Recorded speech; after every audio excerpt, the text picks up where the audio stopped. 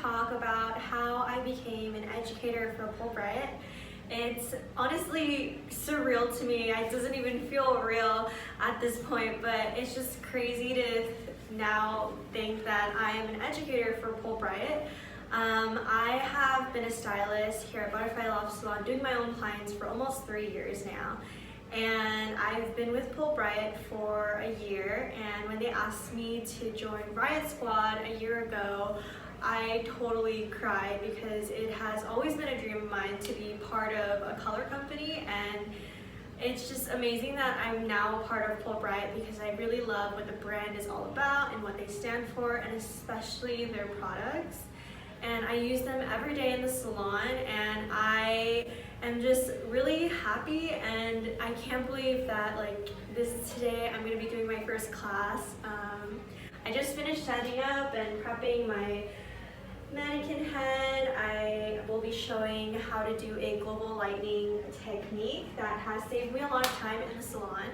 I'm also going to insert some clips of how I did it on a real live human model, because showing it on a mannequin head, I feel like I learned differently when seeing on a mannequin head and seeing on a real person. So I went ahead and got a model and did this technique on a model and broke it down for you guys so that you guys can see how I achieve this look with this technique. And yeah, so I just want to talk about how everything started. So back in, I want to say maybe like April or so of this year, probably when we reopened the first time, Pulpriot had announced that they were going to be doing some sort of Rockstar camp.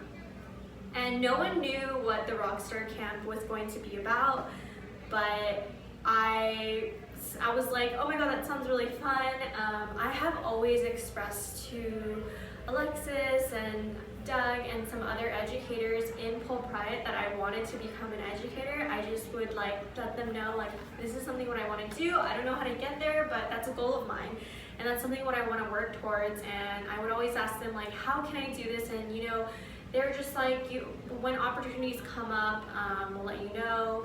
So when we had reopened and they had announced about Rockstar Camp is basically they chose a selective group of people who are diverse and mostly people of color, and they wanted to diversify their educators for the brand, uplift these educators so that people feel more represented within the brand, because that was a huge issue a few months back, that people felt like they weren't really represented in certain brands, and especially Pulpriot being such an inclusive brand. And I feel like this is what sprung Rockstar Camp, and I'm just really glad that I was part of it and super excited when they asked me to be a part of it. But when they asked me, it was kind of confusing because I wasn't really sure what it was. I just said yes, because anything that they asked me to do, I'm just like, yes, I would love to do it, because it's always so fun working for this company. They always have really great opportunities, and they always help you out. You never feel like you're doing something by yourself if you're not sure of something. You always feel comfortable enough, and they always make sure that you're ready for what you're going to be doing for them, which is really great, because I sometimes I get really nervous, and especially when I don't know what I'm doing too. It's always nice to have someone to talk to and be there for you if you have any questions. So let me get into what Rockstar Camp is. Rockstar Camp for us began when we closed again, so we weren't able to see each other at all, so now it became a virtual type of thing. So we had weekly Zoom meetings that had consisted of training these group of educators to learn how to teach. So in the beginning, they would talk about product knowledge, and then later they would give us some tips and tricks on how to engage with your audience when teaching a class, and how to plan for a class, and every little bits and things that you should know whenever you're teaching a class for them. And they make it super easy because they have slides, and they think of literally everything that you could possibly think of that you might need help with when teaching a class. So it's very easy, and if I ever had any questions, I always felt comfortable enough to either reach out to Casey or Doug for these types of questions, like, I don't know, if I had questions about a class or just like little things here and there. I always felt super comfortable reaching out to them and them helping me with everything. So it's really nice to like feel connected with everyone in the brand as well, and everyone's just really welcoming and super sweet. Never made me feel weird or anything like that, so I feel like part of the family and have been since a year ago, I guess. So yeah. Anyways, so I believe Rockstar Camp was like maybe, I want to say like 5 weeks. So each week we would meet up, and they would also give us homework and a task so that we could get comfortable talking in front of a camera. Because talking in front of a camera when like you're not really getting feedback from the audience, you're just kind of like talking to a camera and no one's really like talking back to you can be a little awkward at first. So in our class every week we would come back and have some sort of presentation. We would work on just presenting and just talking in front of a camera, being comfortable, and it's really helped me also creating this YouTube channel for you guys and for me to just talk in front of a camera. I never would have thought that I would feel this comfortable as I do now, and still sometimes I get a little bit nervous, but overall I enjoy it now and it doesn't really bother me, and I'm like now over that hump, which is crazy.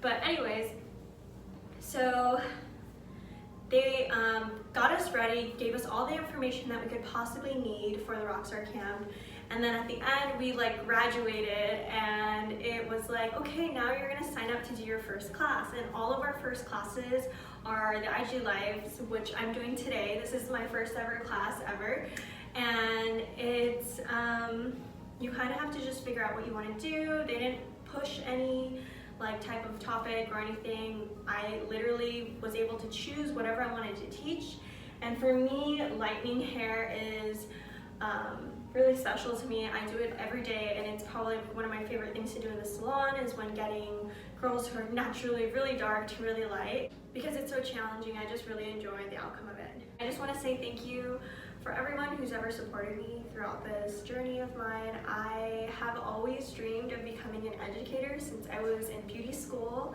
and saw that that could even be a possibility, because it just seems so fun to be able to like share your knowledge with other students and people and peers and watch them grow and take whatever you take and give that and make it their own.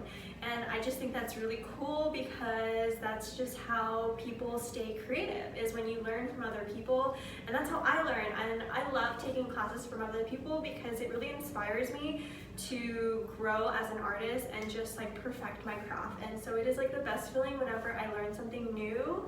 And yeah, I just like wish that I could I've always wanted to do and have that opportunity to share my knowledge so that it can inspire others and they can use it and make it their own, because I think that's really special. Also, for those of you guys who are probably wondering like, how can I become an educator for Pulpriot? Well, you're in luck. I asked Alexis, and she said to be engaging with all of the Pulpriot like social platforms. What I mean by that is there is a Facebook group for Pulpriot artists that you can go on and just engage with other artists there and comment and just, you know, put your name out there so that people within the brand can see and familiarize themselves with your name. Because if you keep posting and sharing things and tagging and hashtagging Pulpriot, you'll get noticed because people are watching. Like, the people who work for the brand are constantly on the pages, engaging with others and interacting with others. The other thing is to hashtag like the hashtags that are going around, or even doing contests. Like, I know Pulpriot does a lot of like cool contests like that you can enter in that are like themed. Sometimes they have like a fall contest, or if they have a new product launch, like the Neopop contest was like my favorite. It was so fun, and they're really fun to do because you get to be like super creative and do whatever you want. And yeah, I would highly recommend doing and entering contests and just using the hashtags that they say would help.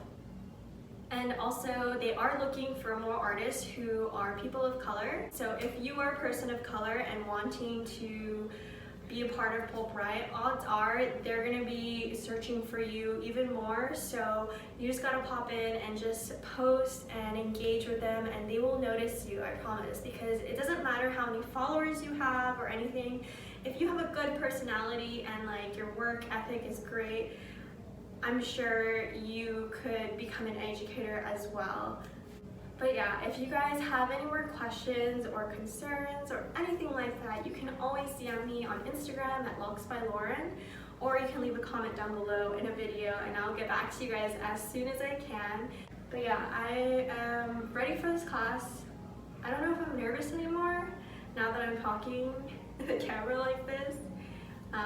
But I'm really excited and I can't wait. I came here really early, so I have time.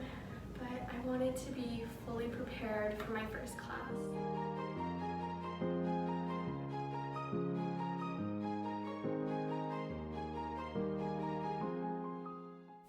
Alrighty, so I want to show you guys my model transformation. This was her before, and her hair is completely virgin. She has some old color on the ends, but we're going to go ahead and chop everything off and give her a cute little bob. So I wanted to cut her hair before I started the color so I don't waste any product. So I went ahead and kind of just flat ironed her hair so that her hair was super straight and I was able to cut it. And there I'm just giving her a bob, and then later I'm going to go ahead and texturize it. And I'm taking each section and cutting it a little bit longer than the last so that there's no weird, awkward pieces that are a little bit longer on the underneath, because I know that happens a lot sometimes when I do bobs if I don't do each section a little bit longer every time I cut. But yeah, lately I've just been really enjoying dry cutting a lot of my clients instead of doing it wet. Alright, so starting off with this color technique, I am doing a global lightening. So the goal for this color is to get her as light and blonde as possible. So there I started in the front, and I like to use mesh to hold the hair just because I feel like it has more grip than foil. And I will go ahead and do one side and then do the other side, and I'll kind of do this change side by side so that they kind of lift evenly, because if I were to do the full left side before the full right side, then I would have to wash out the left side first. So I kind of like to wash it out at the same time.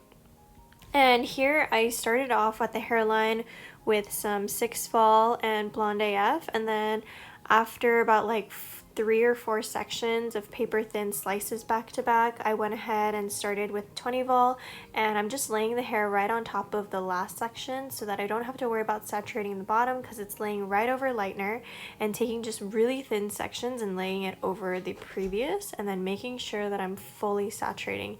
And as I get to the top, I like to blend and brush up so there aren't any harsh lines. So once I'm done applying the front, I go ahead and start in the back, and again I will be using mesh and those first 3 to 4 slices right at the hairline with 6 Fall, and then bumping up from 20 from there.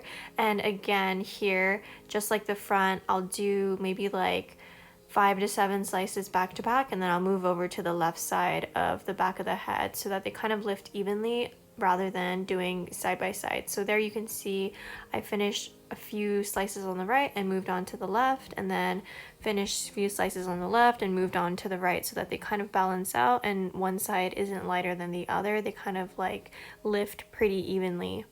And with this technique, I like to mix my lightener to developer 1 to 2.